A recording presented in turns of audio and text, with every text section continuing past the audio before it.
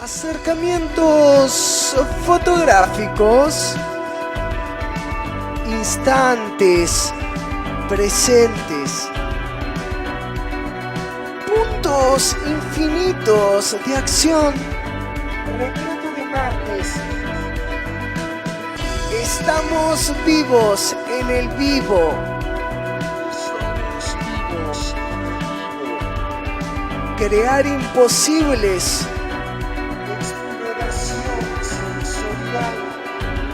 Acercamientos fotográficos. Retrato de martes.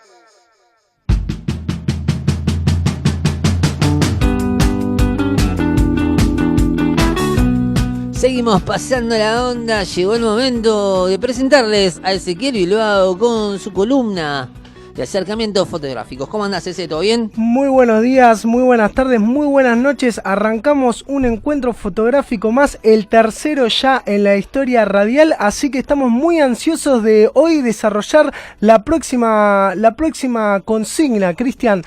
Increíbles repercusiones. ¿Cuál es la próxima? La próxima consigna vamos a repasar, ¿no? En el primer encuentro vimos que todo puede ser una fotografía, ¿sí? En el segundo encuentro vimos que uno se tiene que situar en su espacio y en su tiempo, ¿no? Tener este sentido de contexto, ¿no? Tener ese sentido de estar viviendo ese momento y poder documentarlo, poder fotografiarlo.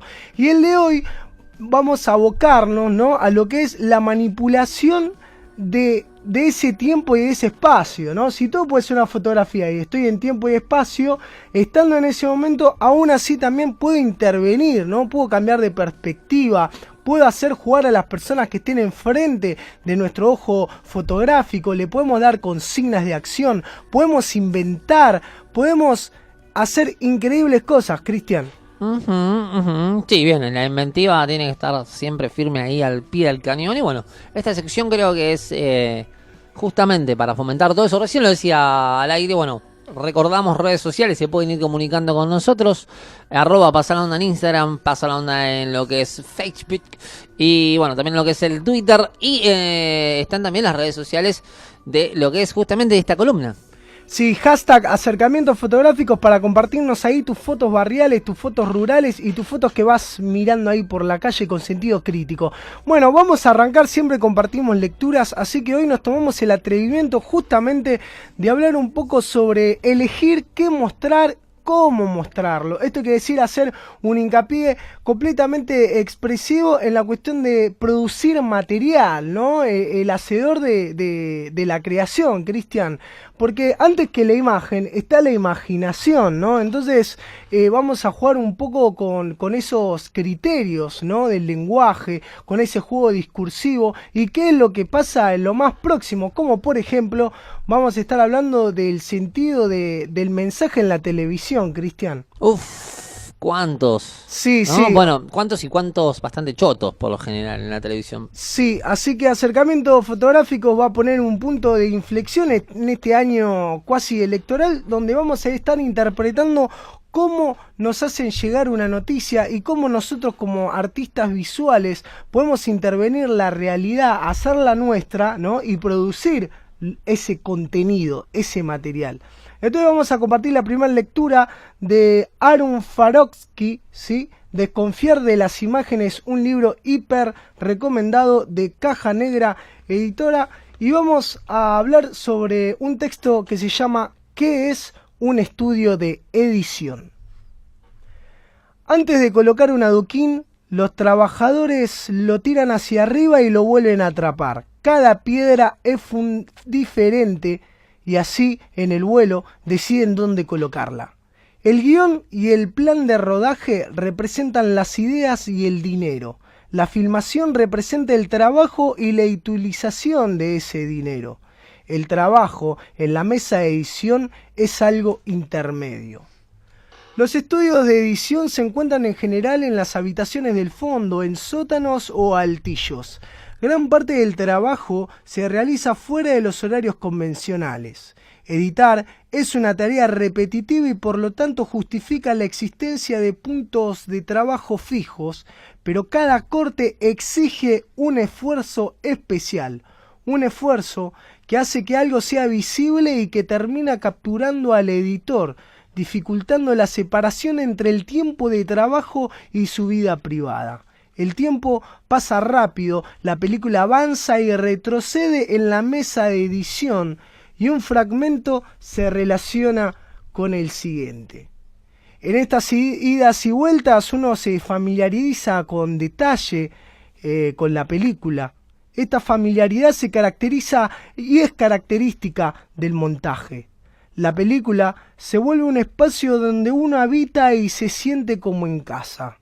Tras 3 semanas de trabajo, el editor sabe cuándo la cámara salta, cuándo se interrumpe el sonido o cuándo un actor dice una frase de una forma que suena idiota. Así se trabaja en la mesa de edición. Hay que conocer tan bien el material que la decisión de dónde cortar, qué versión de una toma elegir o dónde poner la música se toma casi sin pensar. Y bueno, un párrafo contundente del gran crítico cineasta, ahí el amigo director, ¿no? Un director alemán, ha nacido en República Checa, Aaron Farowski, Caja Negra Editores, nació en 1944 y murió recientemente en el 2014, ¿no? Como para habituar un poco la narrativa con el contexto cultural e histórico. Bueno, dimos un primer paso, ¿no? Empezamos a hablar de esto de producir material. Una vez que tenemos el material, posicionarlo en nuestra mesa de trabajo y nosotros ser conscientes de lo que filmamos, de lo que tenemos, ¿no? Como un material completamente palpable y dinámico para nosotros dentro del taller creativo, poder manipular, ¿no? Esos ladrillos, esas partes, y depende de nuestra creatividad, ¿no? Y un poco de lo lúdico, vamos a poder ir cambiando de lugar capaz las secuencias del tiempo y del espacio, vamos a poder armar narrativas que no tengan nada que ver con lo que filmamos, ¿no? Y esto un poco también de desdoblar esa sincronización entre lo que hablamos y lo que vemos, donde predomina cada vez más lo que comunica la imagen, ¿no? Cuando dicen una imagen vale más que 1000 palabras, ¿o no, Cristian? Yo creo que es de esa manera. Las imágenes hablan un montón. Me quedé pensando en esto que comentabas de juntar el material y ponerlo en la mesa de trabajo.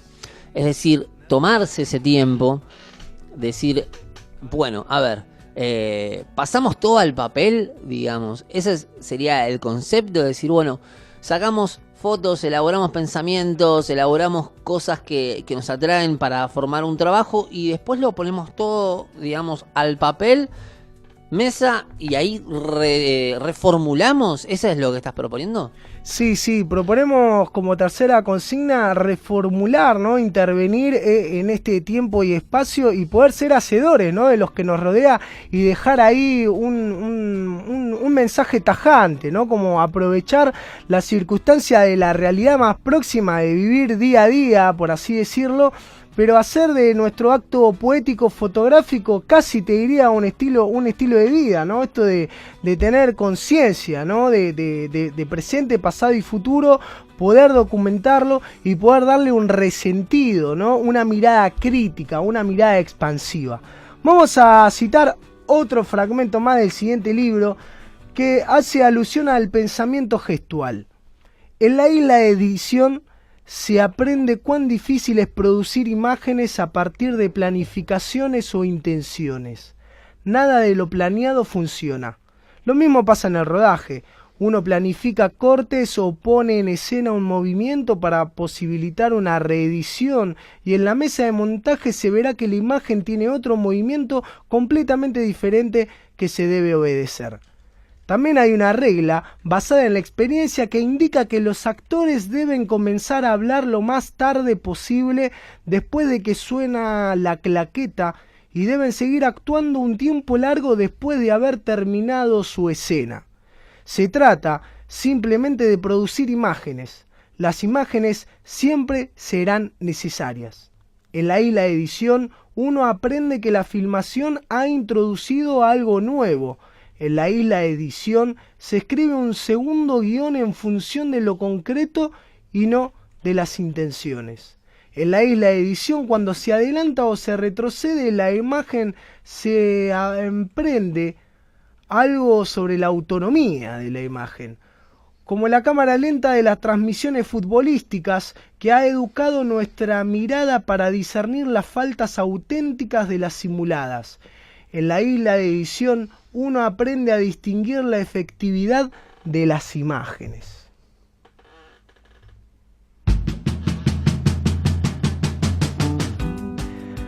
Bueno, y ahí ya empezamos a relacionar, ¿no? Ya vamos a empezar a relacionar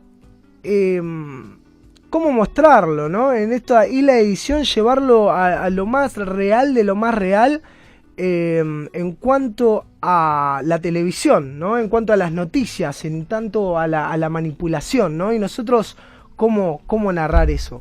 Así que ahora vamos a cambiar de panorama, nos vamos a ir a algo más coyuntural, más argentino, un texto de Heriberto Muraro, ¿sí? Heriberto Muraro nació en 1937, es sociólogo y especialista en marketing político.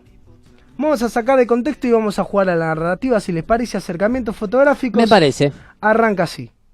El problema básico de la manipulación no reside en última instancia en la conciencia individual del emisor o en la eficacia de los medios, sino en la existencia de monopolios que controlan la industria cultural y que cierran el acceso a las tareas creadoras a las masas. Otro problema de la teoría de la manipulación reside en que ésta no es de la misma naturaleza cuando se la efectúa con materiales informativos o noticias que cuando se ejerce en relación a comentarios, publicidad o materiales de ficción. Lógica y técnicamente existe una diferencia cualitativa en el proceso por el cual puede manipularse una noticia a fin de desacreditar a un gobierno o partido popular, apelando a la mutilación o invención de información, y aquel por el cual puede sugerirse, mediante un comercial de televisión, que la compra de tal o cual producto cosmético nos hará un poder irresistible sobre el sexo opuesto. Aunque ambos tipos de manipulación se superponen y se refuerzan mutuamente, las noticias pueden ser manipuladas a priori, recurriendo exclusivamente al expediente de falsear su contenido empírico, en tanto que los materiales de ficción o comerciales suponen una manipulación afectiva o sentimental. Las noticias, en tanto son manipuladas, apelan a una racionalidad formalmente coherente levantada sobre premisas falsas. En cambio, los mensajes de entretenimiento o del espectáculo apelan a una afectividad separada de toda consideración racional y solamente ligada al sentido individual del gusto.